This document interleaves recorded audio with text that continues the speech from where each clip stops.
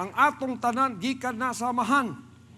Ayaw ninyo biyai o ibaligya ang amahan tungod lang anang mga butang pare kay Lucifer. Mayroon di ka mamatay. Mayroon magkabaluga ka sa ka mamatay.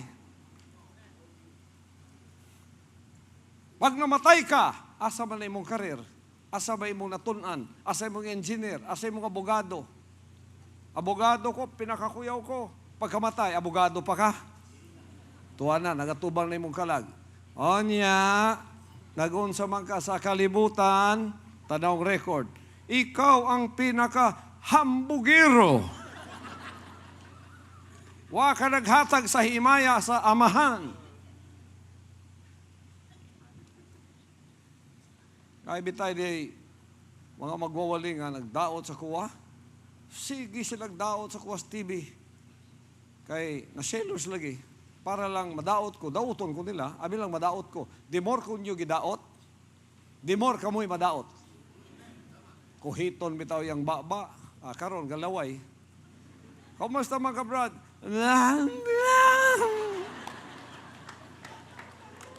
Ako na lang yapon ko.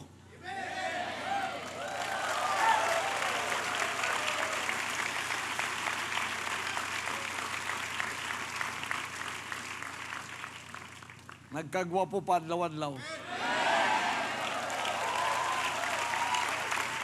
Nagpagwapo ko para kay kinsa. Akong gingna ng yawa. Ako, kung naapay laing kinabuhi, I will still choose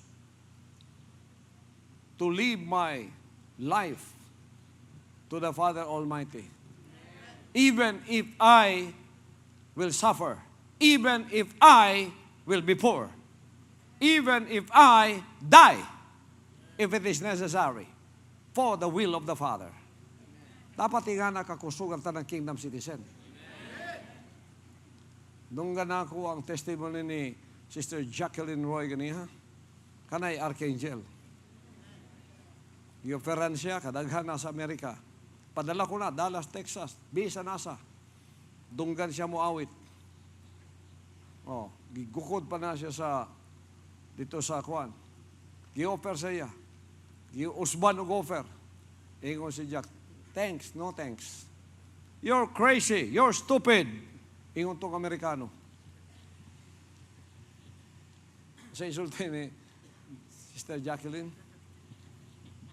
wala na lang niya gisulti siyang testimony ganiha.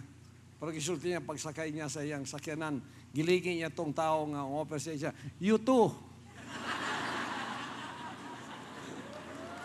Kana. Ana.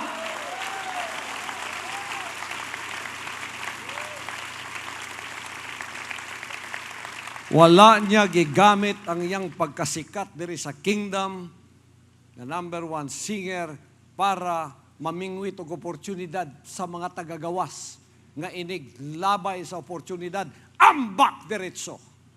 Lucifer ka basta nga ka. Ana ang mga kingdom citizen. Manindugan, bisan mamobre pa, bisan unsa pa, disiplinahon ko diri, bisan kasab-an ko diri, dili ko malain kay kabubuton na tanan samahan. Ana ka-dedicated, committed ang tanang kingdom citizens. Dili conditional ang atong pagalagan. Our service to the Almighty Father, sons and daughters is not conditional. I will only be good if you are good to me, Lord. The terms and condition of service to the Father does not belong to us. It belongs to Him. Dili sa tuwang kondisyon. Maayo lang ko nimo basta mahi ka sa kuha. Pagkagibadlong ko nimo, daot na ta. Ayaw. Ginoo gyapon ka sa imong kaugalingon. Lucifer ka, basta nga na. Spirito ni Lucifer na. Si Lucifer di na gusto magpakorek. Kay bright na daw siya. Di na siya gusto magpabadlong, kay bright na daw siya. Ay nakabalo na daw siya. Di na siya tinutudluan na. Malain siya, yung siyang tudluan. Bosa, gibagdok siya. Anak sa Diyos, bisan kanusa pa, ang amahan na higugma sa ato. The Father loves us so much that He doesn't want us to go into the slimy road of the rabbit hole of destruction. That's why from time to time, He corrects us, disciplines us, and instructs us according to His ways.